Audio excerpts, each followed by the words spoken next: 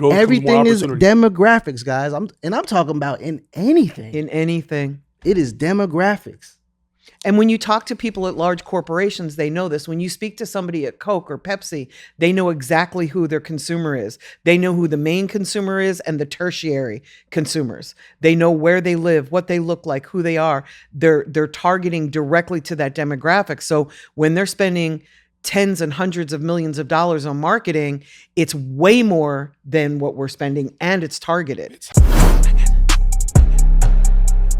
I got the cheat code to the street. Gotta make sure that my family eat. I get the cheat code, I'm a beast. They should've never let me out of lease. Stop all the cap, I'm just trying to see. You really back what you talk on the beat. They put me in, I'ma walk on the beat. I eat my plate and it make me obese. I been pushing lyrics like a kingpin. And when the day we got them. Olaf. Hold on. Let me channel my inner Miami. What they do. That's my inner Miami right there. What they do. Say that. Shout out to the 305 before 786, man. The yayo. I miss back home. I'm gonna have to go back home pretty soon. I get homesick a lot. I do. My favorite is, what you say, Shata? I'm crying. Ras Clot, you them. What you say, Shata? I miss Miami, bro. I miss the Cuban food. Miss the. It's a Cuban spot right across the. Wait, weren't you just there? Yeah, no, they closed it. Cubanos, they closed it. They gave Weren't you just there? yes. You were just there. Oh, okay. I miss it though. Okay. I miss the food. I miss it too. I miss the palm trees. I miss that's my mom is buried there. And my grandmother's buried there, so I still have my ties to the city. You know what I mean? So, but I miss the yayo. I miss the culture, and that's one of the things I liked about New York City and some of these other places that we go to is the culture in those cities. Yes, I've been everywhere, but for some reason, man, a good South Florida vibe is the best place. It's special. For me. Yeah, it is because LA is different than South Florida. My outside is different. You got Florida, and then you have South Florida. Anywhere Fort Myers to West Palm Beach, down. Yes. It's South Florida. That's the state of Miami, I guess was what they used to call it. Yeah, state of Miami from like Fort Myers. You know, a lot of people think Miami is the capital of Florida. Oh yeah, you know what? And I got a gift. Could you hand me this right here? Hand me this black bag right here. Because I have this gift right here that we definitely have to. I forgot to bring up here to showcase. So look, you know I'm always talking to the coders, right? And I'm always asking. I love the coders, by the way. Aren't they awesome? Remember when I was like, man, somebody send me some popcorn from Chicago. I do remember that. Someone sent you. Whoa! Yay! We got the big tub of Garrett's, which is going to be perfect for me because y'all know I like to sit back and watch TV and movies and stuff. But they gave us all kinds of cool little stuff, and there's a note in here, right? Check it out. I got a cool shirt. I love that. Wow. You don't ever do a handwritten note. Who's that from? A handwritten note, right? Yeah, who's that from? I'm hoping the name is on the note. So I'm sure it is. We got to open this joker up. As you can see, it's very packaged very well. It's Do you need help? It's anti-Puerto Rican. Excuse me, thank you. It's anti-Puerto Rican. But we were able to get through it, so the anti-Puerto Rican failed. Oh well, they wrote you a and paragraph. Somebody wrote a SebCashin. SebCashin Medina, I appreciate you, man. He says, thanks for all you do in the music business and showing it can get done through learning and hard work. The Cheat Code Podcast gives so much value, and you guys are fueling my mission as an artist. My name is SebCashin. I'm an artist, producer, engineer, and I'm focused on making great music and monetizing it. I was on one of your lives, and I mentioned I'm from Chicago, and you said to send Garrett's popcorn. Fire. And he did. My favorite episode of the podcast is episode 70. Eyes sell more than the ears, and I'm making my merch now. Here is a shirt from my music production company. Banco the Beats Bottoms. Okay, so he sent us some merch too. Oh, I could have worn this for this episode, but then I wouldn't have been able to pull it out the bag. Oh, this is kind of snazzy. I like this. That is nice, yeah. That's nice. I like the rose gold too. Rose That's gold. super nice. I was nice just talking design. to somebody about the rose gold. The Fire. Rose gold is like a nice little solid. Beautiful design. Yep. I appreciate you. You did good. SebCashin, man. SebCashin, I appreciate you, family. Fire. All of our cheat coders, man. Listen, by all means, if you guys got anything that you want to send in to me or any of the guys of the cheat code, can I encourage people to send us stuff? Please. So that we can, this is awesome. He actually wrote like a handwritten letter. When was the last time you got a handwritten letter? When I was in prison. Cool. When I was in prison. That was the last time I got a handwritten letter. That's really cool. Well, you know what? Ray sent me a handwritten letter. Ray, I had got an amazing gift one time. Somebody had sent me a humidor. Oh, yeah, that was full of cigars. It was a handwritten note on there as well. Reynaldo from Miami. Yes, Ray. Shout out Ray Embark, man, of Miami. Yep. This is phenomenal, man. I appreciate that. So, yeah, 2 cups of coffee minimum. I love it, man. Thanks so much, my brother. But, yeah, merchandising and being considerate and knowing that you can make more, you could build these type of connections with people just by listening to them. The guy, Ray, he heard me on a live mention that my favorite song was Piero Mi Querido Viejo. It's a song called My Beloved Old Man, and it was written and performed by a preacher. He heard this and found the CD and then sent it to me with this gift. Like, I heard you mention that. So again, paying attention to detail, man. People that are actually... That was very emotional for you, actually. It was. And the very handwritten emotional note. for The you. handwritten note. That's where it's at. That's man. the extra touch. Extra So touch. I for appreciate sure. it, man. We've had some amazing people send us in some stuff. We had the hoodies. We had the what was the name of the For the culture? For the culture. For the culture. I wore my shirt Strictly yesterday. for the culture. Strictly for the culture. Yeah, man. We've had some amazing people give us the writer's block hoodie from Blaine. Those were one time super for Blaine, snug and yeah. soft. I like the The one where we Spellhouse all hoodies. wore the same shirt. The former NBA player in North Carolina, the Dream. Yes. Dream clothing. Yes, Dream Yep. clothing. Yeah. Yeah. That- I really like sweater's that. Phenomenal. That was I a really shirt. like The that. shirt. I wore mine one time and I put it back in the I closet. wore mine like, on my birthday at a birthday. you were wearing yours with celebrities. I was really, really, really like, look It at was my a dog Yes. getting that brand value, Yes. my That's boy. a very high With quality the shirt, Migos, though. right? You took a Yeah, picture. with Offset. Offset. Yeah. Yeah. And it was I dope. calculated the value of that post. You did? Of course I did.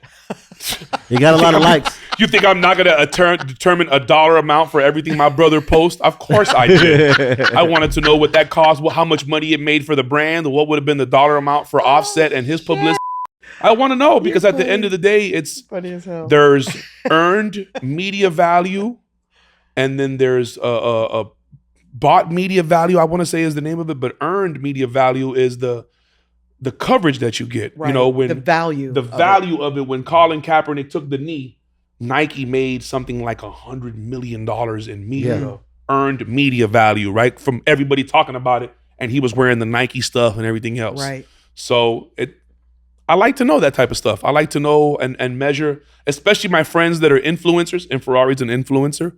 I always like to help him improve because one of the strengths that Kingpin has is having access to Ferrari, having access to Tony Neal, having access to Bigger Rankin, having access to DJ Plug and these guys. That's one of my strengths, is being able to reach these guys and deliver something to them personally with no strings attached and not have it implied, not be a transactional thing. And so if I can go on there, bless you. If I can go on there and see what you're doing, I'm always pulling you to the thank you side. for finally pulling me out of the hole to get me into that Rari record pool.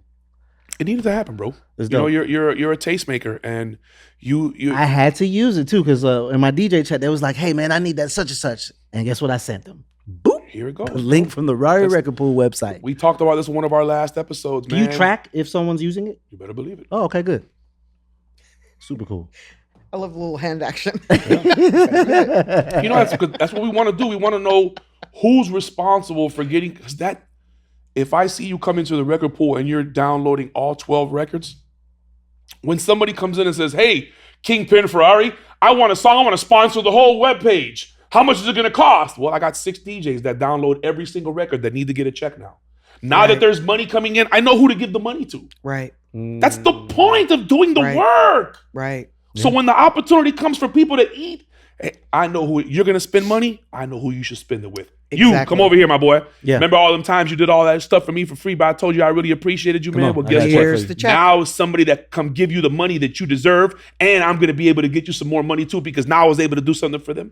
If that's not how it's supposed to work, then correct me. So how important is research and data to artists? Like, should they be checking their social media to Can I see answer what that? works? Please.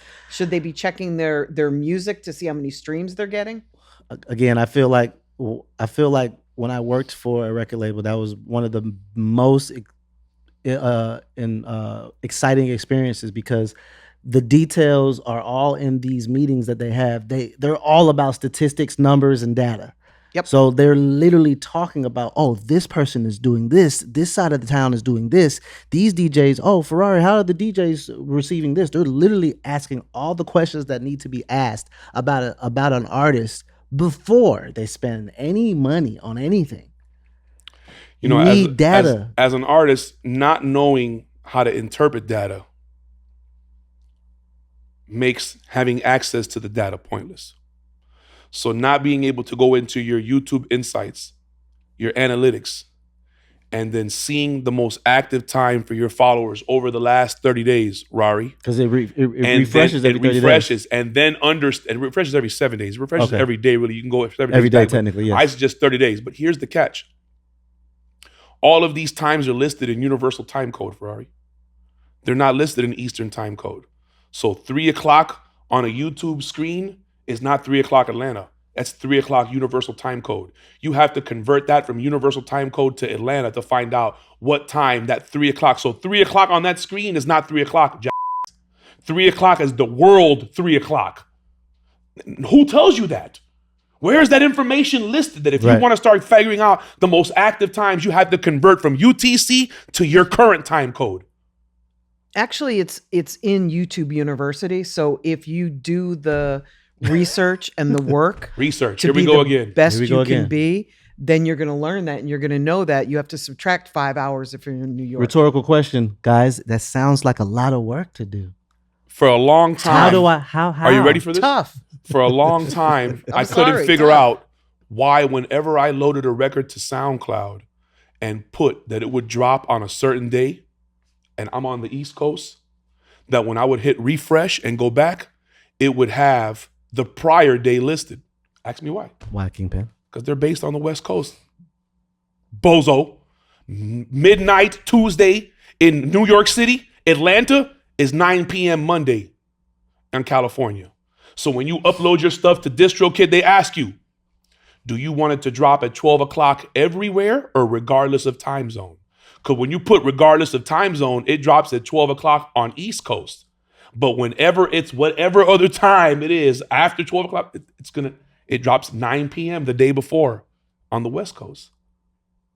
So that mean people in the West Coast get it before us? No, they get it at the same time as we do. There's just a difference in the time. 9 o'clock California is a lot more different than 12 o'clock in the morning California, isn't it? Yeah. 9 o'clock in Atlanta is dramatically different than 12 o'clock in the morning Atlanta. What if you're scheduling all of your time based off of not knowing how to read your analytics?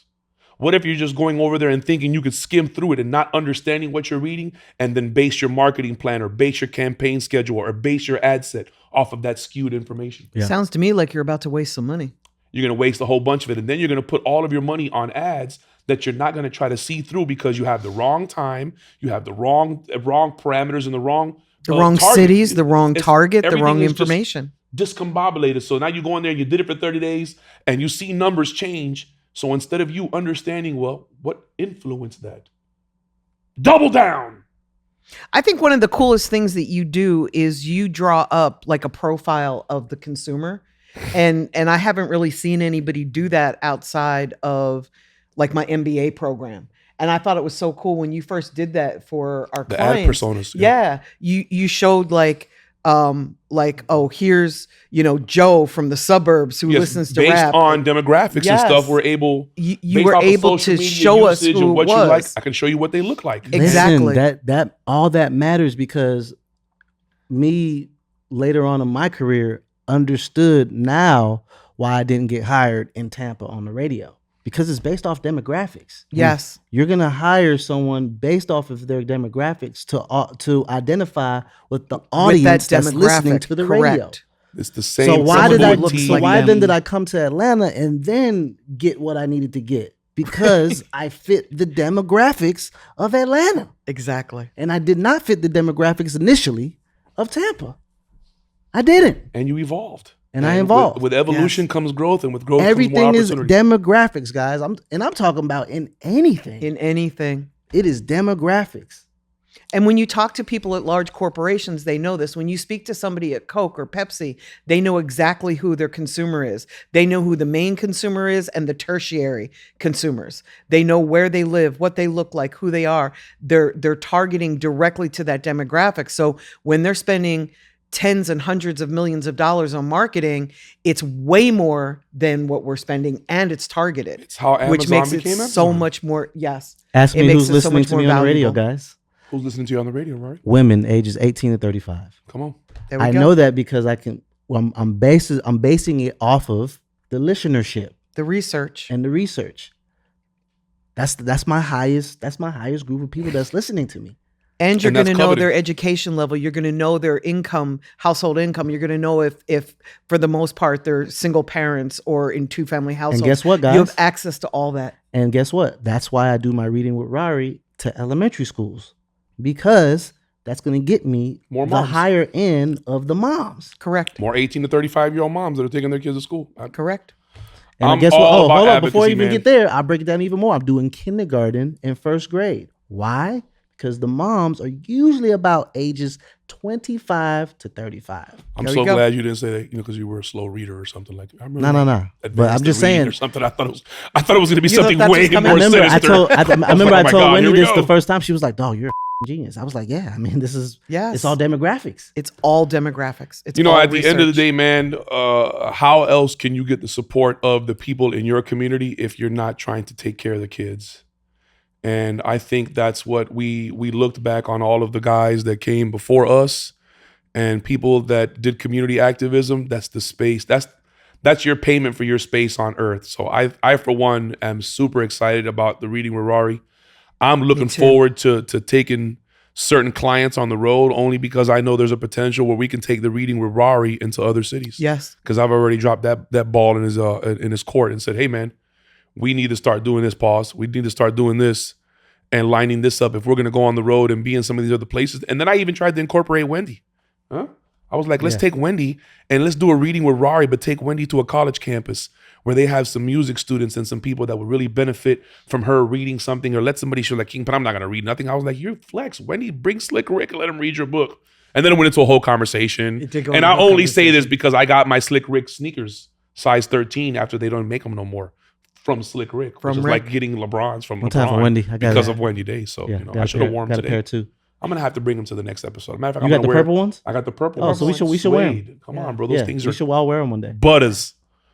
Butters. But then I'm gonna look like Grimace. I gotta go get a purple Dickie outfit.